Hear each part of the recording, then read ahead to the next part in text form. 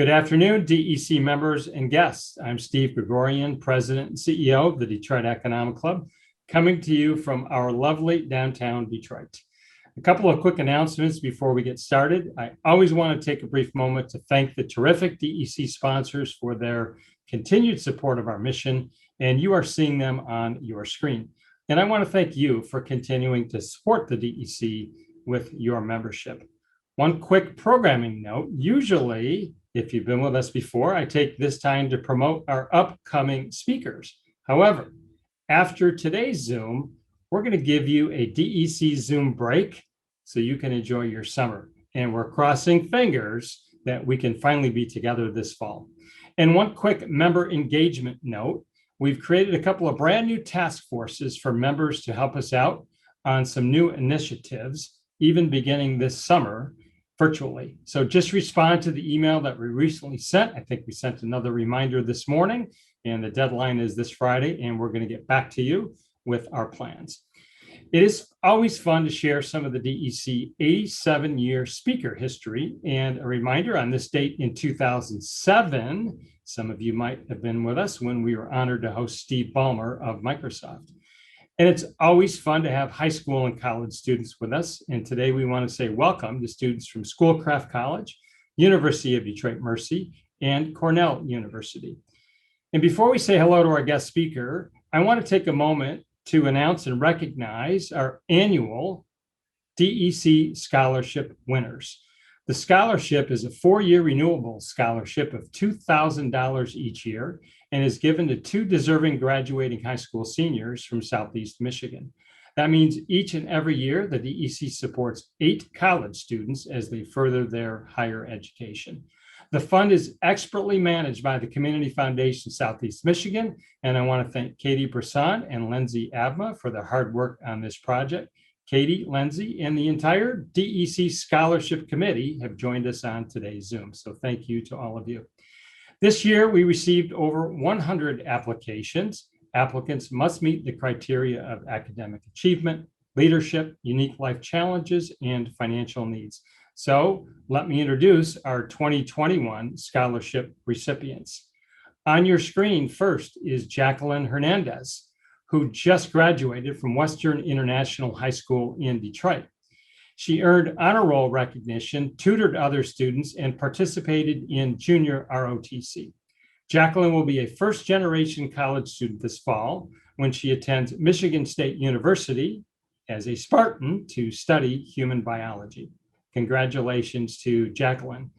Our next recipient you'll see is Dominic Henderson, who just graduated from Bloomfield Hills High School, go Blackhawks. He has worked hard to overcome some life challenges and excelled academically. He's been active as a volunteer in his community. Dominic runs his own business selling merchandise online. And in the fall, he will attend Babson College in Boston to study entrepreneurship. They're both on today's Zoom with us. So congratulations to Jacqueline and Dominic, and we all wish you the very, very best. And with that, let's get on to our main program. Dr. Gianrico Farrugia is the president and CEO of Mayo Clinic. He leads one of the largest not-for-profit academic health systems in the U.S. with a 70,000 person workforce and $14 billion in annual revenue. He served as CEO of Mayo Clinic in Florida prior to his current position and has been a Mayo Clinic physician for over 30 years. Gianrico earned his medical degree from the University of Malta Medical School, and we are so pleased he would carve out time for us this afternoon from his offices in Rochester, Minnesota. Let's say hello and give a warm welcome to Dr. Gianrico Farrugia. Welcome to Detroit. Well, thanks, Steve. Hello, everybody. And I'm not sure I'm proud that I'm closing down you for the summer, but I'll take it. I'm happy to be here with you. We saved the best for last, of course. So, Gianrico, before we jump into our formal interview, I want to say, 1, thank you to you and your team of healthcare heroes for all you do. And 2, congratulations are in order on recently being named the #1 hospital in 2021 by U.S. News and World Report. Well, thank you. I often say that I really wish we had less heroes and we needed less healthcare heroes, but we're happy we have them around the country. And of course, I know that rankings aren't everything, but we're certainly happy and proud to year after year be ranked number one, both nationally and internationally. And I know our job is to continue to earn that ranking.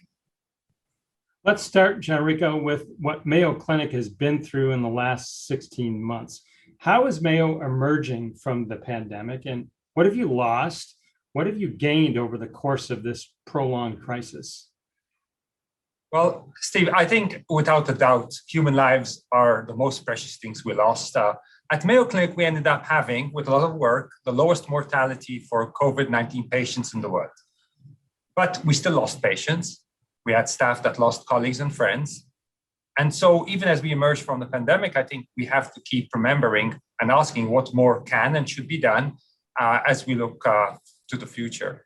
I think also some of our staff would say that they lost connectivity as a result of working from home.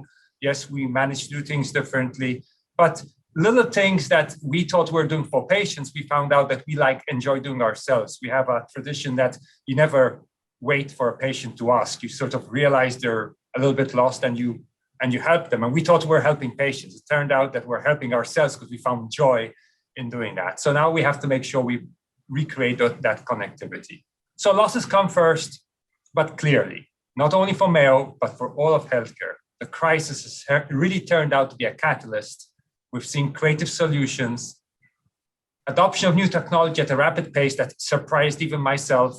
And so really, although the pandemic has presented probably some of the most challenging times in Mayo Clinic's history, we're emerging stronger. I think there's no doubt about that. We had invested in preparations for the pandemic, worked together with partners. We published over 1,000 papers on COVID. We participated in 300 clinical studies. We were asked to lead, we led, and our strategy to cure, connect, and transform has really enabled us to make significant progress. And so we made probably 10 years of progress in a year. It now behooves us to make sure that we do indeed transform healthcare for others. Let's talk about transformation. I've read some articles in preparation for today in which you talk about transformation from within. So tell us what you mean by that, and how do partners fit into that transformation? Well, thanks for asking, because I think this is fundamental. If there's anything we've learned from the pandemic, it's the responsibility of healthcare to transform itself. And over the years, we've learned that any other attempt at transforming it will fail unless healthcare providers are involved. Now, when I say that, it comes across as very self-centered, it comes across as hubris. I don't see it that way at all. I think I see it the opposite. I think we have to accept that Mayo Clinic and other healthcare organizations have the responsibility to transform from within, which means we have to be more open to change, but we also must lead change rather than being passive participants, perhaps more in the way we used to look at things in the past. We, 2.5 years ago, embarked on a new strategy. It's cure more patients, including those with chronic diseases, connect people with data so we can create new knowledge, and transform healthcare from within by creating the first true healthcare platform that is open to anybody who wants to be part of it. What we learned throughout the pandemic is not only we were on the right track, but importantly, that pace of transformation can be safely accelerated. We have to remember that, because transformation from within, Steve, doesn't mean we do it in isolation. Indeed, it's critical. We have to have the right partners. For us, we partner with Google to drive AI applied to data. We have a partnership with Inference using AI and big data to identify new therapies, a partnership with Medically Home to implement our home hospital platform. We're scaling with Kaiser Permanente. So what we know now is that we need fewer but deeper partnerships that consider both the human side of healthcare and the transformational digital side of healthcare. And you need that kind of partnership. If you don't have both, you're probably going to fail. And it's now up to us to lead that transformation. So that's what I mean by transform healthcare from within. I know partnerships are important, and we talked before we went live here. You've talked frequently with Dr. Tom from Cleveland Clinic, who spoke to the DEC virtually about a year ago as well. So give him our best next time you say hello to him. I'll do so. I think I'll see him in 2 weeks' time. Good. So you talked about big data. You talked about AI. They've been around for a few decades, and some would argue they failed to meet expectations. So why do you think their time is now? And how are you going to protect people's privacy in this new world of data sharing? Well, certainly I detect that note of skepticism, which is appropriate. So I'll start with a simple answer. And the answer is yes. I say that because we now have evidence for it. So luckily, we've moved beyond that early phase that, well, first 30 years of waiting, and then an early phase where AI will make everything obsolete. Don't go into medicine. There will be no need for doctors. Now we know AI is a tool, right? It's playing an enabling role in research, clinical trials, diagnostics. And that's for patients, for physicians, for pharma. So the digital revolution is real. And our job is to transform Mayo Clinic into a digital organization so that we create a healthcare system that's less fragmented, enables more cures, and really does in a way that is more equitable for all. And so when I look at it, why am I so positive? Is Mayo Clinic investing in AI? It's because it allows us to mine a lot of new knowledge, even from existing data. So I'm going to give you a brief example. Yes. So we have 7 million electrocardiograms, the thing you get when you go get checked for your heart from your physician. We used it. We developed an algorithm that can predict certain serious heart problems like heart failure.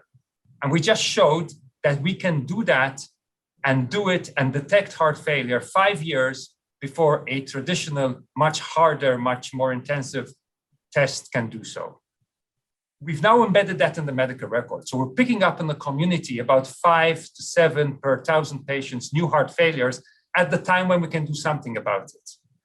So that's the part that's really important. But equally important, of course, is that when we do this, when we use large data sets, we have to protect patient privacy. Yes. We recognize the massive opportunity, but we recognize the massive challenge. So I believe we believe at Mayo Clinic, access to healthcare data is actually a privilege. So now we have a responsibility. So we've spent a lot of time on this issue of healthcare data. What we've said and what I've been very loud about is that de-identification is not enough. Limiting re-identification is not enough. You need many layers because one will eventually fail. So you need to have a second, third, fourth to protect. The way we're doing it is we created a federated model where our certified, de-identified data can never leave Mayo. So your collaborators can use a glass wall, get through the glass wall, see the data, work on it, but can never pull it out. And I think it's a responsibility of Mayo Clinic, it's a responsibility of other healthcare organizations that we create the ethical and responsible standards. We've actually just done a healthcare conference on privacy to come to some of these standards. I'll stop by saying, we originally thought, because it's an interesting discovery, is that our greatest risk for our patients would be in unstructured data. That is the part of the medical record that is free text. Because if a physician happens to write, I just saw the independent senator from Vermont, pretty much everybody knows who that is. But what we're finding is, in fact, within structured data, you can trip up if you're not careful. If somebody misenters a date of birth, your privacy algorithm won't pick it up initially, but a human would recognize it as a date of birth and interpret it. So we've now created these multiple layers to enable us to do what we need to do, which is transform healthcare using every tool we have at our disposal. And AI and big data are an essential part of that. I've got to imagine cybersecurity keeps you up at night, but it sounds like you're doing a lot in that area. Yes, it should keep, I think, all of us up at night. It's not getting any easier. What happened last months shows how important it is to do so. I will say it does give me heartburn that Mayo Clinic is spending tremendous amount of money in the space when I'd much rather be using it on patients to do research, to do education. But that's our life, and we know we have to continue to do so. I completely understand.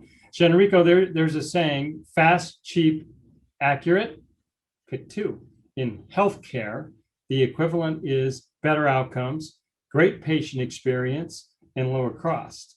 But you've said it's actually possible to have all three of those. How so? So, yes, I've said that. I'll stand by it. So we used to have a business proposition.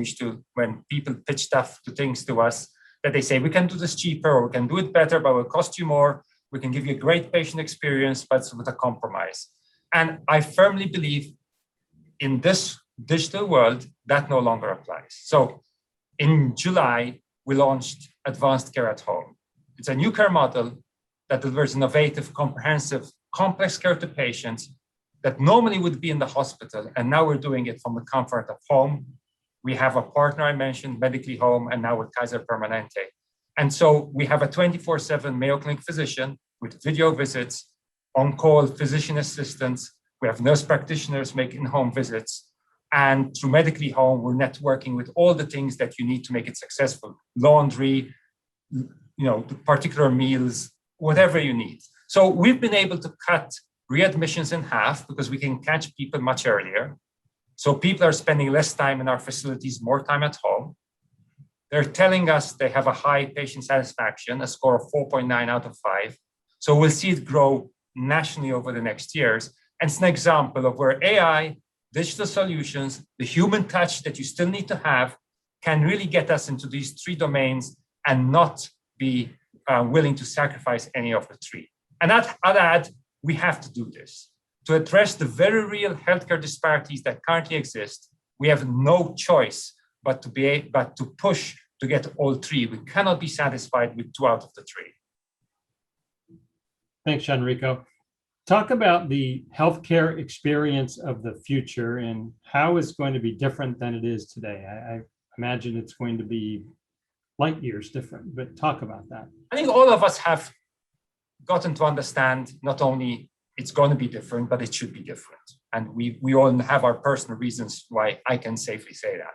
So we know hospital-centric and in-person only care will no longer suffice. The pandemic has shown that in great clarity. But I would suggest that for a while, the old and emerging models will collide. Unfortunately, healthcare organizations like Mayo Clinic have an advantage, right? We've started earlier, we've invested. And all leaders are going to have to make these tough decisions about investments in bricks and mortar versus clicks. And if we're not careful, the divide may actually grow for a while because the haves will have a little more and the pace will get faster. I believe there are major shifts underway right now. For me, healthcare as a platform is number one. I'm convinced, and that's Mayo Clinic's strategy, that healthcare has to move away from a pipeline business model to a platform-based model so that we can transform healthcare the same way platforms have transformed retail, hospitality, other sectors you know well. For us, the platform is providing new knowledge and expertise at a rate we did not think was possible and is really scalable.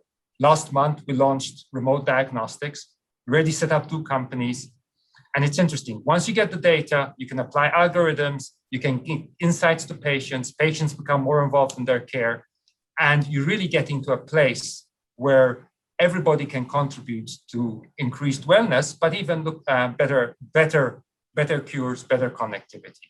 Virtual care, I won't spend time on because we all understand we're going to be in a virtual care environment, but I will highlight, let's not fool ourselves. We cannot do away with hospitals. We will need hospitals, but they're going to have to be different hospitals because patients are going to have a seamless transition between in-person and virtual care. So I say this because that's what we're doing at the moment. We're building what we think is the smart hospitals of the future, and it's going to require a very different approach, one that is more welcoming, less stressful, and it's this taking advantage of digital, but remembering humans need human touch at the same time, especially when they're sick.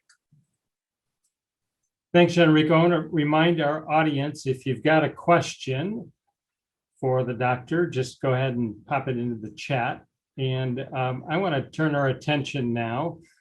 We've gotten a lot of audience questions in via email already. So if we can maybe tackle some of those, Gianrico. And the first one is DEC member Jim asks that the pandemic laid bare healthcare disparities in our society. Where do we go from here to reduce that gap? So I agree. It's not as if they did not exist, and it's not as if we didn't know about them, but it became more obvious. what I push for is, let's not try and use the same solutions we tried to address the same problem. Let's use new tools in careful ways to address the problem of healthcare disparities, which means that organizations like Mayo Clinic have an obligation to innovate and have an obligation to share that information in a scalable way. What I will say, however, is we should avoid the trap of bringing the highs down in order to bring the lows up. So think of it as a big wave, and at Mayo Clinic, we innovate as fairly substantially. United States has a lot of innovation. So our highs are pretty high, but we know about the lows: obesity, high blood pressure, we all know them. So we need to come up with mechanisms where we're not regressing towards the mean, but rather we can keep the highs up as we bring the lows up at the same time. And the way to do that, I firmly believe, is to have a platform-based approach to healthcare that others can use to innovate on. And I can assure you that's what Mayo Clinic will be investing on as we tackle healthcare disparities. It's something that we absolutely need to do. Here's a question from DEC member Aaron in New York City. Any thoughts on reinventing med school to focus those students on prevention so future doctors can think about healthier communities and wellness care? Oh, yeah, I guess I'll take advantage of the fact you're reading the question. I can answer it and I can actually build on it, which is not very fair, but I'll do it. So we have to reinvent medical school for a variety of ways. We have to reinvent what we know. Adult learning is different. We also know that the cycle of new knowledge is so fast that traditional learning is not right. So let's use artificial intelligence in education as well. Let's make sure our medical students don't all have to learn the same thing at the same time at the same rate. They can learn according to their prior experiences, and therefore that core of learning can adapt to our own medical students. That applies to preventative medicine, that applies to wellness, but it also applies to sickness. I will also add that the medical student, which will be the doctor of the future, she will need to know many things that we don't do a good job teaching now. Artificial intelligence being one, algorithmic bias. You need to know, at the moment when you buy something in a grocery store, its ingredients. We need to make sure every algorithm that we use has the ingredients well known. What was it validated against?